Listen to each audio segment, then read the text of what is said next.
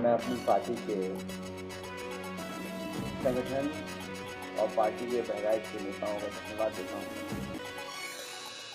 कि इस गंभीर समस्या को लेकर के लीडर ओपोजिशन जी से मिले थे वो, और कल ही जब मेरी आदरणीय माता प्रसाद पांडे जी से बात हुई तो हम लोगों ने तय किया कि जिन बच्चों का नुकसान हुआ है, घायल हुए हैं, चोट खाए हैं, उन परिवार के सदस्यों को बुला करके मैं मिलूंगा और पार्टी की तरफ से जो कुछ मदद हो सकती है वो हम लोग करेंगे।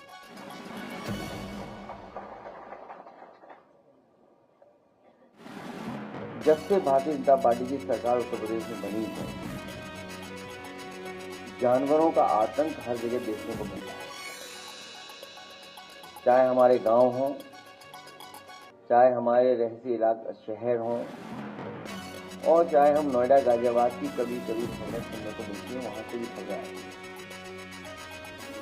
और आपको याद होगा कि जिस समय चुनाव चल रहा था, देश के प्रधानमंत्री ने कहा था कि उत्तर प्रदेश में जानवरों की समस्या का समाधान हो जाएगा, और उन्होंने अपने भाषण में भी ये कहा कि हमारे पास पूरा रोड मैप तैयार है, इस समस्या का समाधान तुरंत हो जाएगा। लेकिन इधर हम लोग देख रहे हैं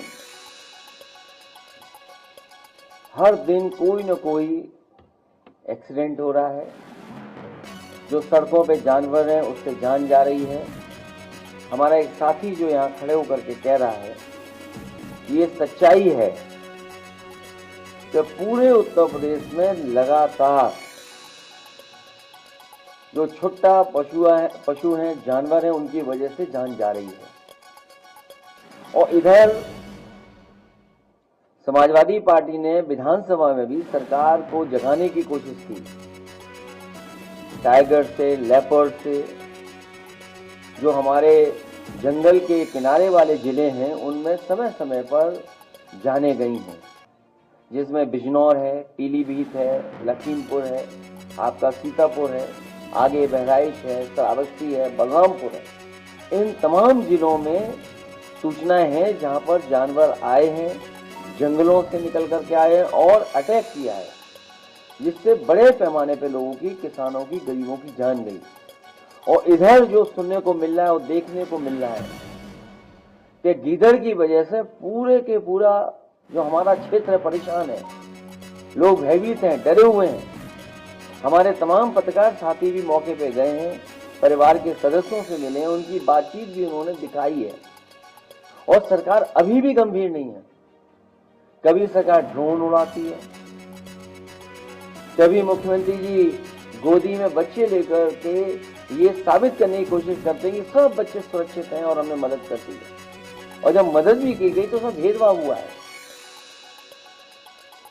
कम से कम सरकार को गरीब के साथ भेदभाव नहीं करना चाहिए। इन्होंने गरीबों के साथ भी भेदभाव किया है।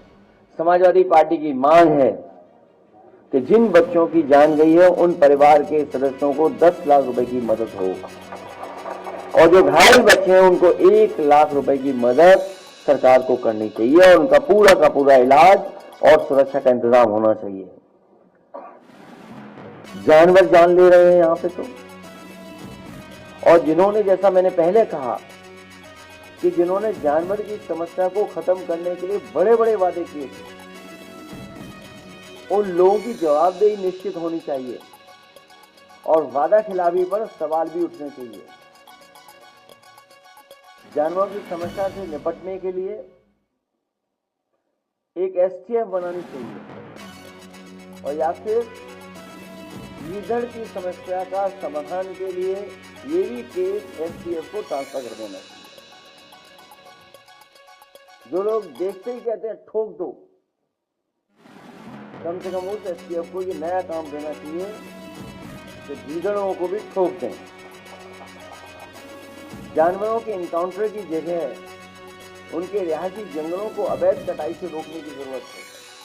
और सच्चाई ये है, जब से भारतीय जनता पार्टी की सरकार आई है, बड़े पैमाने पर जंगल की कटाई होना शुरू हुआ है, बड़े पैमाने पर जंगल काटे जा रहे हैं। जानवरों की समस्या से निपटने के लिए बुलडोजरी सोच से उभरना होगा।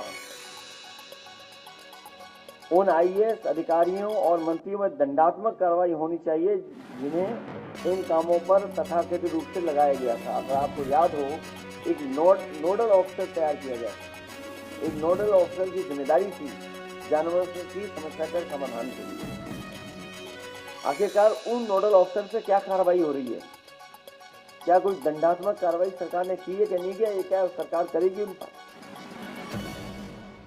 इस काम के लिए दिया गया अरबों का फंड कहां गया? क्योंकि वाइल्ड लाइफ मैनेजमेंट पे जो खर्चा होता है या समय समय पे जो सूचना मिलने पर सरकार खर्च करती है, आखिरकार वो अरबों रुपए का क्या हुआ पैसे? क्या वजह है कि उनके अपने लोगों को बंदूक लेकर के निकलना पड़ रहा है?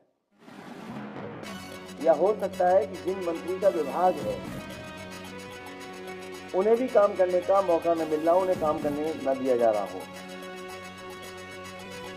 इसलिए हमें उम्मीद है कि इन भेड़ियों की समस्या का समाधान सरकार जल्दी ढूंढेगी और अगर इन भेड़ियों को नहीं पकड़ पा रहे हैं तो ठोको नीति के तहत एसटीएफ को भी ये जिम्मेदारी दे दी जाएगी।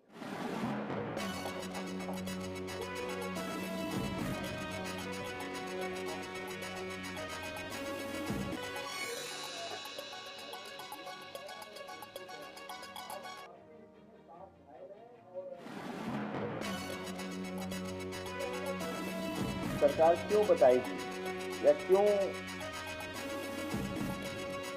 आंकड़े सही देगी?